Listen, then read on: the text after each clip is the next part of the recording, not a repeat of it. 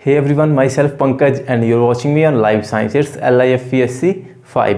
तो चलो आगे का जो हमारा वीडियो सीरीज चला हुआ उसको जल्दी जल्दी आगे बढ़ाते हैं। आज का जो हमने अभी पिछले हमारे लेक्चर में 5 किंगडम क्लासिफिकेशन पढ़ा था, जो कि आर.एच. विटेकर ने 1969 में जिसको उन्होंने एक्सप्लेन किया था। उसका जो सबसे पहला किंगडम है किंगडम मोनेरा। अभी तक हमें इतना पता चल गया है कि किंगडम मोनेरा में सारे के सारे जो प्रोकैरियोट्स हैं, यानी कि जो बिना न्यूक्लियस वाले ऑर्गेनिज्म हैं जिसमें ट्रू न्यूक्लियस नहीं होता, वो सारे के सारे किंगडम मोनेरा में प्लेस कर रखे हैं।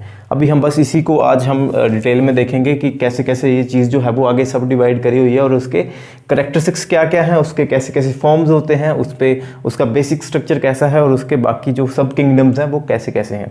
तो सबसे पहले करेक्टरिस्टिक्स की बात करते हैं। अगर हम रिवाइज करें कि हमने 5 किंगडम क्लासिफिकेशन में क्या किस बेस पे क्लासिफाई किया था। एक तो पहली बात कि मोनेरा जो किंगडम है वो सारे के सारे क्या होते हैं, सारे के सारे प्रोकैरियोट्स होते हैं, यानी कि इनके पास ट्रू न्यूक्लियस नहीं होता। दूसरी चीज़ कि इन सारे के सारे जो मोनेरा वाले होते हैं इनमें मोस्टली क्या होता है, ज़्यादा से ज़्यादा मतलब मैक्सिमम ऑर्गेनिज्म में इनके सेल के बाहर एक सेल वॉल बनी होती है। अगर हम ऐसा सेल बनाएं, अगर ये सेल का एक प्लाज्मा मेम्ब्रेन है तो इसके बाहर एक सेल वॉल जैसा स्ट्रक्चर भी होगा जो इसको रिजिडिटी प्रोवाइड करेगा, जो भी फंक्शनिंग इसके होंगे। पर ये चीज़ जो है वो मोस्टली सेल्स में, मोस्टली प्रोकैरियोट्स में ये चीज़ प्रेजेंट होती है, सेल वॉल। नेक्स्ट बात करें, इसमें जो है वो ज़्यादातर ऑर्गेनिज्म नहीं होती हैं, जैसे कि mitochondria, Golgi body, endoplasmic reticulum, ये सारी की सारी जो अंदर ऑर्गेनिज्म होती हैं ये सारी की सारी इसमें एब्सेंट होती हैं। और जो न्यूक्लियस है वो वेल डिफाइंड तो होता नहीं है, वो जस्ट इसका जो जेनेटिक मटेरियल है जो कि क्या है, जो कि डीएनए है। और DNA double helical structure DNA जो है वो ऐसे ही रफली कहीं पे पड़ा होता है, इसके बाहर एक वेल फर्निश्ड मेम्ब्रेन नहीं होती है। तो नेक्स्ट हम इसके बात करें तो एक चीज़, इसका हैबिटेट कैसा है। जो प्रोकैरियोट्स हैं ये दुनिया में कहीं पे भी सर्वाइव कर सकते हैं, इवन चाहे वहाँ पे ऑक्सीजन हो ना हो, इनको कोई फ़र्क नहीं पड़ता। ऐसे भी ऑर्गेनिज्म है जो बिना ऑक्सीजन के सर्वाइव करते हैं। एनरोबिक बैक्टीरिया हैं, जैसे हमारे पास एरोबिक बैक्टीरिया होते हैं, एनरोबिक होते हैं, कई होते हैं जो ऑक्सीजन में सर्वाइव कर पाते हैं, कई हैं जो नहीं भी करते हैं, कई जो है वो इवन सॉल्टी एकदम मार्श और एकदम ऐसे ऐसे टेम्परेचर जहाँ पे हॉट स्प्रिंग्स होते हैं, पानी उबल रहा है, इतनी गर्मी होती है वहाँ पे नॉर्मल ही इंसान की तो बात छोड़, नॉर्मल लिविंग बीइंग वहाँ पे ग्रो नहीं कर पाएंगे, नहीं सर्वाइव कर पाएंगे। पर जो मोनेरा है उसका अडेप्टेशन ही वैसा है, ये कहीं पे भी सर्वाइव कर जाता है। इसी के लिए हमने इसको फर्दर उसी के बेस पे इसको क्लासीफाई भी कर रखा है। तो ये जो है वो एक बेसिक करेक्टरिस्टिक्स हैं आपके किंगडम मोनेरा के, कि किंगडम मोनेरा में सभी में प्रो न्यूक्लियस यानी कि प्रोकैरियोट्स होते हैं। दूसरा, इनमें न्यूक्लियर मेम्ब्रेन नहीं होता है। तीसरा, इनमें सेल वॉल होती है, मोस्टली सेल वॉल प्रेजेंट होती है। चौथा, इनमें मेम्ब्रेन बॉन्ड ऑर्गेनिज्म नहीं होती हैं, या फिर काफ़ी ऑर्गेनिज्म जो हैं वो इसमें एब्सेंट रहती हैं और ये कहीं पे भी सर्वाइव कर जाता है, इवन ऑक्सीजन हो चाहे ना हो। अगर हम नेक्स्ट इसकी बात करें फॉर्म्स की, तो कैसे कैसे फॉर्म्स में ये कैसे कैसे डिफरेंट फॉर्म्स में आपको देखने को मिलेंगे। एक तो होते हैं कोकाई यानी कि राउंड ऐसा राउंड शेप। आपको अगर ऐसे बैक्टीरिया कहीं पे दिखाई दे रहे हैं तो उनको हम कोकाई शेप या फिर कोकस शेप का बैक्टीरिया कहते हैं। अभी एक चीज़ यहाँ पे ध्यान रखने वाली है, पहले आप ये देखें कि कोकाई के बाद अगर रॉड लाइक स्ट्रक्चर है तो उसको बैसिलस कहते हैं।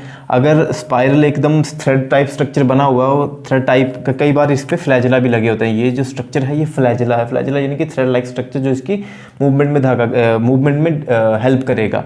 और कॉमा शेप के अगर हैं तो उसको हम बिब्रियो कहते हैं। फॉर एग्जाम्पल जैसे बिब्रियो कॉलरे, जो कॉलरा करता है। तो अगर कोकस, यहाँ पे ना एक छोटे छोटे कुछ वर्ड्स हैं उसकी क्लैरिफिकेशन आपको होनी चाहिए। अगर देखो ये मैंने बोला कि अगर कोई ऐसा स्ट्रक्चर है तो उसको हम कोकस कहते हैं या कोकाई कहते हैं। अगर दो कोकस, जैसे ये कोकाई एक ये कोकाई, अगर दो जो कोकस शेप के ऑर्गेनिज्म है या फिर आपके प्रोकैरियोट्स हैं वो बाइंड अप हैं तो इस कंडीशन को हम कहते हैं डिप्लोकोकस। डिप्लो डाई मीन्स दो, कोकस तो पता ही है हमें, कोकाई शेप। तो दो अगर बाइंड अप हुए हैं तो उसको डिप्लोकोकस कहते हैं। और अगर ये जो बाइंड हुए हैं एक लंबा चेन बनाते हैं तो उसको हम स्ट्रेप्टोकोकस कहते हैं।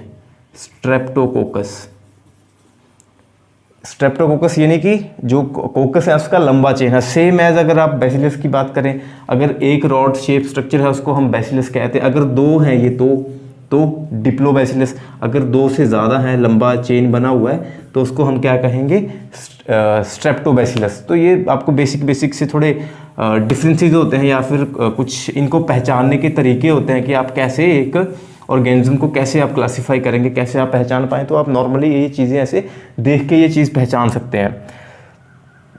नेक्स्ट हम इसके बेसिक स्ट्रक्चर की बात करेंगे। तो बेसिक स्ट्रक्चर आपको कुछ ऐसा दिखने को मिलेगा। न्यूक्लियर आपका जो प्रोकैरियोटिक सेल होता है, सबसे मेन चीज़ देखने वाली कि इसमें न्यूक्लियोइड होता है, न्यूक्लियस नहीं होता। यानी कि ये जो न्यूक्लियस है वो जस्ट ऐसे ही पड़ा हो, इसके बाहर कोई वेल फर्निश्ड मेम्ब्रेन आपको नहीं मिलेगा, और इसमें आपको दिखेगा कि बाकी कोई ऑर्गेनली है नहीं। और अगर बाहर की बात करें तो हमने ये बात भी करी थी कि प्लाज्मा मेम्ब्रेन के बाद ये जो रेड वाला है ये प्लाज्मा मेम्ब्रेन, इसके बाहर जो ब्लैक हमने ये ब्लैक से जो हमने दर्शाया हुआ है उसको हम यहाँ पे सेल वॉल कहते हैं। और इसमें जो सेल वॉल है वो किससे बनी होती है, जो आपके प्रोकैरियोट्स के सेल होते हैं उसमें सेल वॉल किससे बनी होती है, पेप्टिडोग्लाइकन से। आपको अगर याद होगा तो पेप्टाइड मीन्स अमीनो एसिड, या फिर जो प्रोटीन्स होते हैं प्रोटीन और ग्लूकोज से जुड़ के बनती है, या फिर अमीनो एसिड और ग्लूकोज से, तो उसको हम कहते हैं पेप्टिडोग्लाइकन। तो ये जो सेल वॉल है मोस्टली आपके प्रोकैरियोट्स में प्रेजेंट होती है, जो कि पेप्टिडोग्लाइकन से, और कई बार होता है कि इसके बाहर एक कैप्सूल टाइप स्ट्रक्चर भी बना होता है सेल वॉल के बाहर।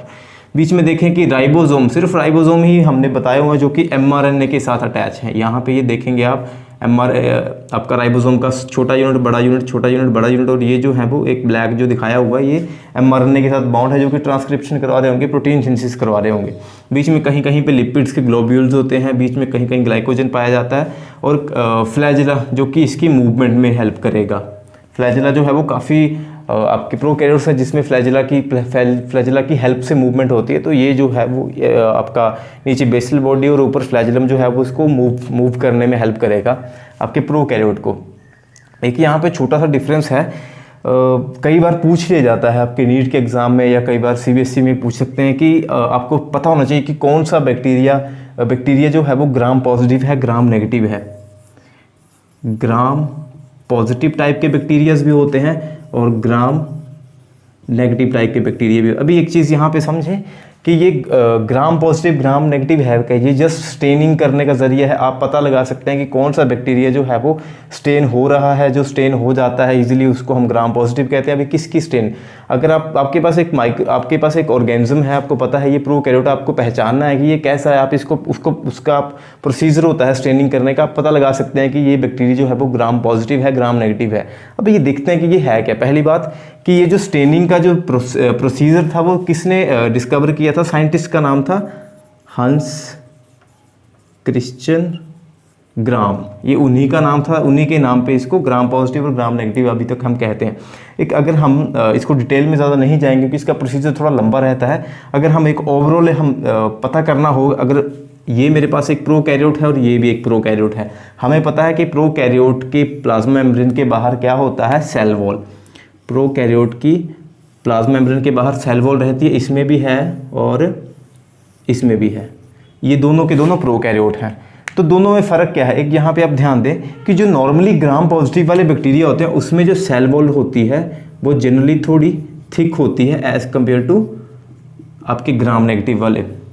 ये जो है वो थोड़ी थिन होगी। ये जो ब्लैक हमने जो लगाया हुआ है ये है आपकी सेल वॉल। तो इसमें सेल वॉल थोड़ी सी थिक है, इसमें थोड़ी सी थिन होती है। और एक और चीज़ के ग्राम पॉजिटिव वाले जो बैक्टीरिया होते हैं वो एक एसिड रिलीज करते हैं, उस एसिड का नाम होता है टिकोइक एसिड। ये जो है वो टिकोइक एसिड जो है वो इस सेल वॉल में से, बिकॉज ये सेल वॉल जो है वो थिक होती है काफ़ी, ये टिकोइक एसिड रिलीज करती है और ये जो है वो टिकोइक एसिड नहीं बनाती है। अभी टिकोइक एसिड होता क्या है, टिकोइक एसिड बेसिकली एक कोपॉलीमर है आपके ग्लिसरोल और फॉस्फेट का, और उसके साथ साथ आप ग्लूकोज यानी कि कार्बोहाइड्रेट्स का।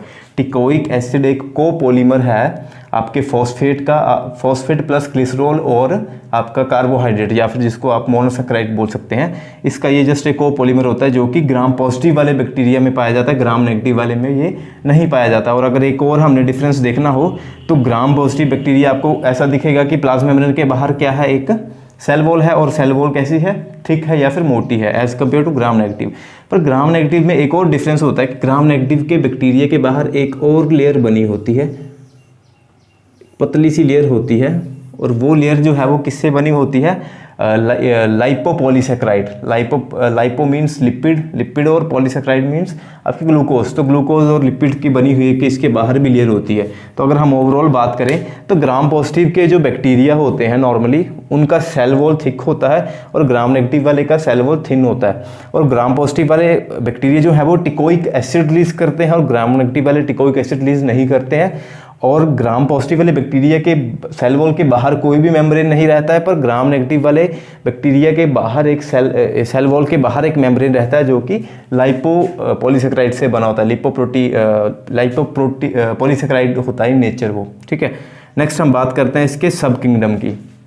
अगर हम इसके सब किंगडम की तरफ जाएं, ये चीज़ याद रखें कि हंस क्रैब ने, एक और चीज़, हंस क्रैब ने कब ये चीज़ डिस्कवर करी थी? हंस क्रैब ने ये डिस्कवर करी थी 1982 में। बट अगर आप इसको कभी सर्च करेंगे, कहीं पे देखेंगे या कहीं पे पढ़ेंगे तो आपको कहीं पे 1984 भी मेंशन किया होता है। अभी ये क्यों है, दो डेट्स क्यों इसकी फ्लक्चुएट होती हैं?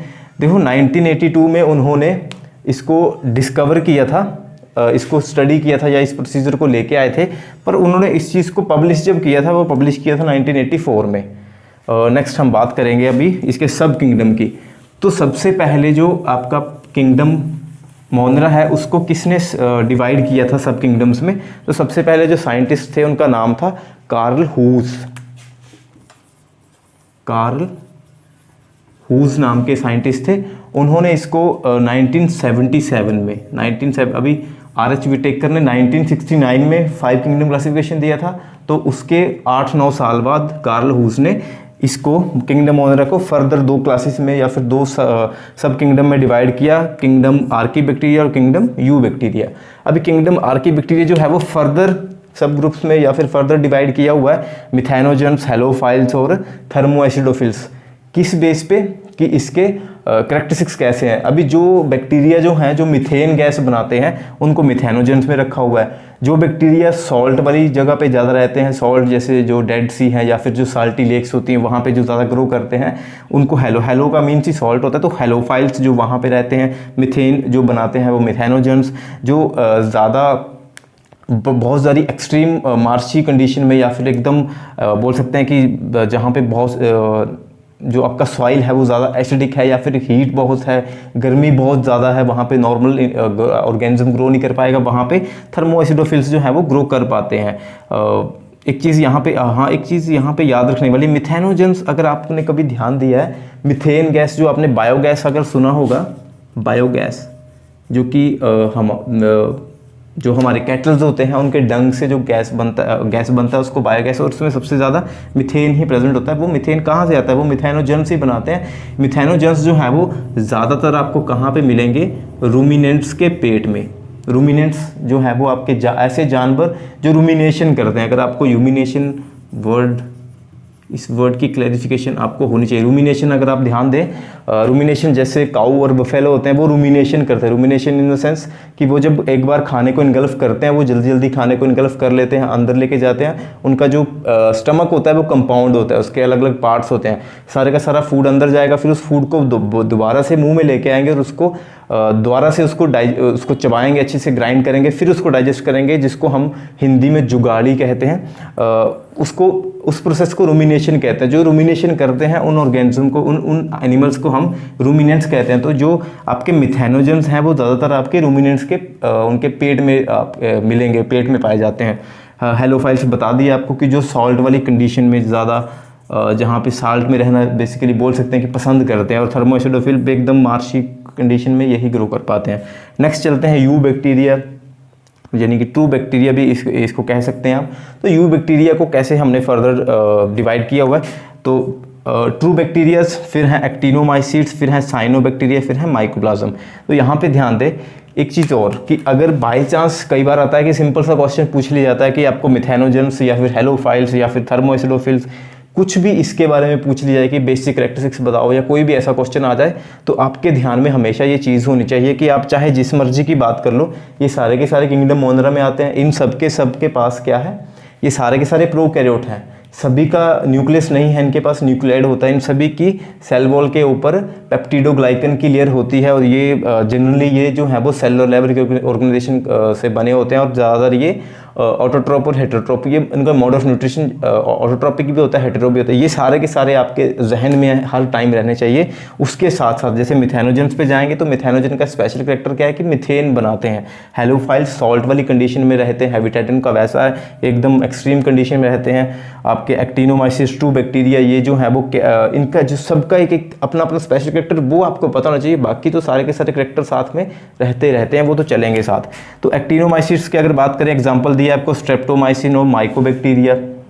फिर आपका साइनोबैक्टीरिया, आपके जैसे साइनोबैक्टीरिया में आपका नॉस्टॉक और एनोस्टॉक जो है वो आपका ब्लू ग्रीन एल्गी जिसको कहते हैं, जिसमें क्लोरोफिल ए पाया जाता है। Blue green algae basically green in colour होता है ये, और एल्गी इसीलिए कहते हैं क्योंकि इसमें क्लोरोफिल पाया जाता है। और ये जो क्या करते हैं, ये साइनोबैक्टीरिया जो है वो फोटोसिंथेटिक बैक्टीरिया होते हैं ये, या फिर बोल सकते हैं कीमोसिंथेटिक का मतलब साइनोबैक्टीरिया जो है वो कीमोसिंथेटिक इन नेचर, यानी कि केमिकल की सिंथेसिस करते हैं और ये नाइट्रोजन की फिक्सेशन भी करवाते हैं बहुत ज़्यादा। एनावीना और नॉस्टॉक यानी कि ब्लू ग्रीन एल्गी। नेक्स्ट बात करेंगे माइकोप्लाज्म जो है वो दुनिया के सबसे छोटे ऑर्गेनिज्म जो कि बिना सेल वॉल के होते हैं। अभी यहाँ पे 2 क्वेश्चंस बनते हैं कि पूरे के पूरे वर्ल्ड में लिविंग वर्ल्ड में सबसे छोटा ऑर्गेनिज्म कौन है। सबसे छोटा ऑर्गेनिज्म जो है वो बैक्टीरिया है, पर जो सबसे छोटा, अभी अगर आपको ऐसा पूछते कि सबसे छोटा ऑर्गेनिज्म जिसकी सेल वॉल नहीं होती है वो आपका माइकोप्लाज्म है, इसमें पीपीएलओ आते हैं।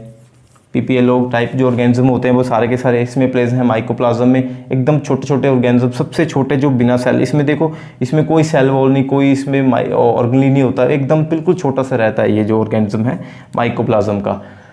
तो आई होप आपको एक चीज़ और, हाँ, आपका साइनोबैक्टीरिया माइकोप्लाज्म जो है वो ग्राम नेगेटिव नेचर के होते हैं। ग्राम नेगेटिव यानी कि अभी हमने बात की थोड़ी देर पहले, ग्राम नेगेटिव का मतलब कि ये टिकोइक एसिड नहीं बनाते, इनकी सेल वॉल जो है वो थिन रहती है और सेल वॉल के बाहर एक और लेयर होती है जो कि लाइपोपॉलीसेक्राइड से मिलके बनी होती है। आई होप आपको ये पूरे का पूरा एक ओवरव्यू समझ आया होगा। अगर आप चाहते हैं कि बेसिक जैसे यहाँ पे एक जो ग्राम पॉजिटिव का जो ग्राम की स्टेनिंग वाला प्रोसीजर है वो काफ़ी लंबा है, अगर आप चाहते हैं कि उस पर थोड़ा उसमें डिटेल में वीडियो बनाए तो आप हमें कमेंट सेक्शन में बता सकते हैं। अदरवाइज़ जुड़े रहिए हमारे साथ, और नेक्स्ट वीडियो जो है वो हमारा नेक्स्ट जो किंगडम है उस पर किंगडम प्रोटिस्ट पे हम उसको लेके आ रहे हैं नेक्स्ट।